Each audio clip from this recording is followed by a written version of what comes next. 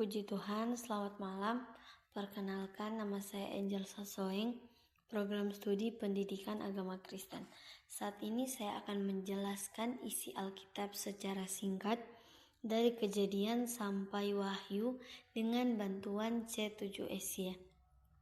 Kita masuk dalam penciptaan. Penciptaan ini terdapat pria dan wanita pertama atau Adam dan Hawa. Nah, Tuhan menciptakan Adam dan Hawa ini segambar dan serupa dengan Allah. Kemudian Tuhan menempatkan Adam dan Hawa ini di Taman Eden. Ketika mereka di Taman Eden, mereka melakukan dosa atau mereka memakan buah yang Tuhan larang, yaitu buah pengetahuan tentang yang baik dan yang jahat. Nah, perintah ini merupakan ujian bagi mereka untuk taat kepada Allah. Tetapi mereka tidak taat dan mereka melanggar perintah Allah. Setelah mereka memakan buah itu, mereka menyadari bahwa mereka telah telanjang atau mereka telah melakukan dosa. Kemudian Allah membuang mereka dari Taman Eden dan Allah menyuruh mereka untuk beranak cucu dan bertambah banyak serta memenuhi bumi. Kemudian terjadilah keluarga pertama. Nah, di keluarga pertama ini Adam dan Hawa ini membangun sebuah keluarga. Kemudian Hawa melahirkan seorang anak, yaitu Kain, dan kemudian melahirkan seorang anak, Habel. Kemudian kedua anak ini mempersembahkan korban kepada Tuhan, tetapi korban yang diindahkan ini adalah korban Habel. Kemudian hati Kain panas dan ia membunuh adiknya ini dan terjadilah pembunuhan pertama. Kemudian ketika itu terjadilah ketika manusia telah melakukan segala dosa dan kemerosotan manusia terhadap dosa, Tuhan menghukum manusia yaitu dengan air bah. Dan Tuhan mengingat Nuh. Lalu Tuhan menyuruh Nuh untuk membuat bahtera dan untuk memasukkan beberapa hewan ke dalam bahtera itu dan Nuh beserta keluarganya. Kemudian ketika hari demi hari berlanjut, bulan demi bulan, Tuhan mengingat Nuh sekeluarganya. Dan kemudian lewat peristiwa air bah ini, Tuhan memberikan sebuah busur di langit atau pelangi sebagai perjanjian antara Tuhan dan Nuh. Kemudian lewat keturunan Nuh yaitu Sem, Ham, dan Yafet, mereka membangun sebuah menara Babel. Dari ketiga keturunan ini manusia berkembang biak, tetapi manusia merosot atau melakukan dosa kembali. Dan di tengah kemerosotan ini Tuhan memanggil Abraham. Nah, kita masuk kepada Abraham. Abraham dipanggil Tuhan untuk meninggalkan tempat tinggalnya, tetapi Abraham tidak tahu dia akan pergi kemana. Tetapi karena Abraham taat kepada Tuhan, dia mengikuti apa yang Tuhan perintahkan. Kemudian Tuhan memberikan berkat, yaitu keturunan di mana dia akan mendapat keturunan seperti bintang di langit. Nah, kemudian Tuhan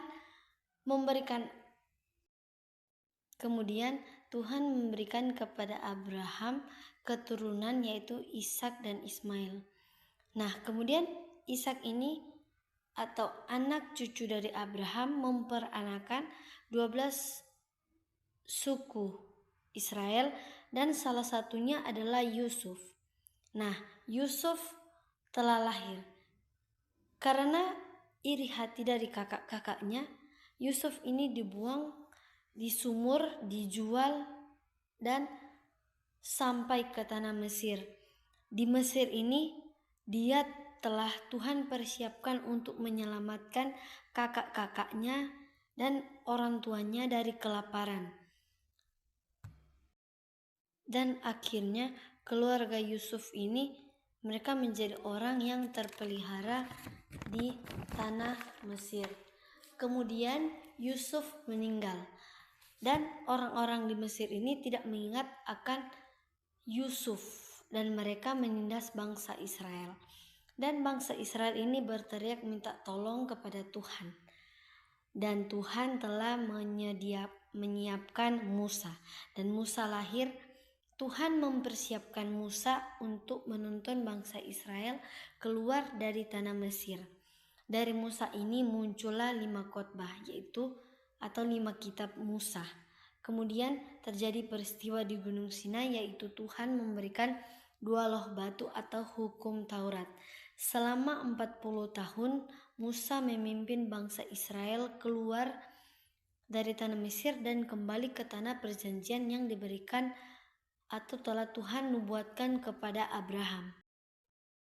Dan sebelum Musa meninggal, dia mengingatkan bangsa Israel tentang penyertaan Tuhan dalam perjalanan mereka dari tanah Mesir dan mengingatkan mereka untuk taat dan setia kepada Tuhan dan mentaati perintah Tuhan. Dan kemudian dia meninggal. Tetapi dia memiliki seorang pendamping, yaitu Yosua. Yosua inilah yang Tuhan pilih atau ditunjuk Tuhan untuk memimpin dan melanjutkan program untuk merebut tanah Kanaan. Dalam merebut tanah Kanaan, Yosua mengirim pengintai atau menyelidiki kota Yeriko, dan mereka meruntuhkan tembok Yeriko dan terjadi pembagian tanah kepada suku-suku Israel.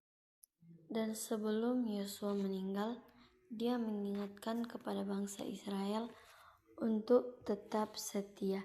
Yosua memberikan pesan terakhir kepada Israel, menekankan kesetiaan kepada Tuhan dan peringatan tentang akibat dari berbalik kepada Allah lain.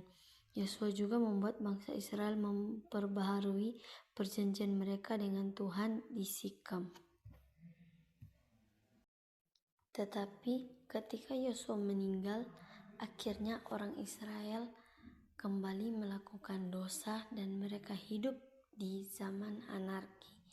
Anarki ini di mana tidak ada pemimpin nasional atau pemimpin yang kuat seperti Musa dan Yosua.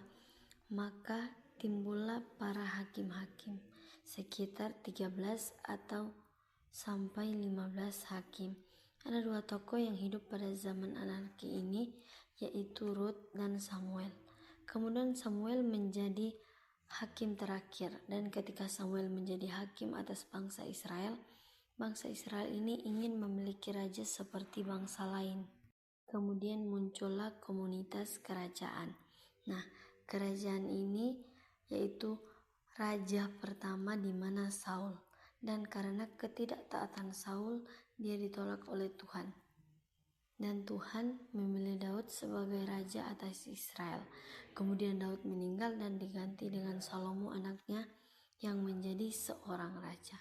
Di zaman Salomo ini dia adalah raja yang menjauh dari Tuhan. Bahkan Salomo ini menyembah dewa Baal.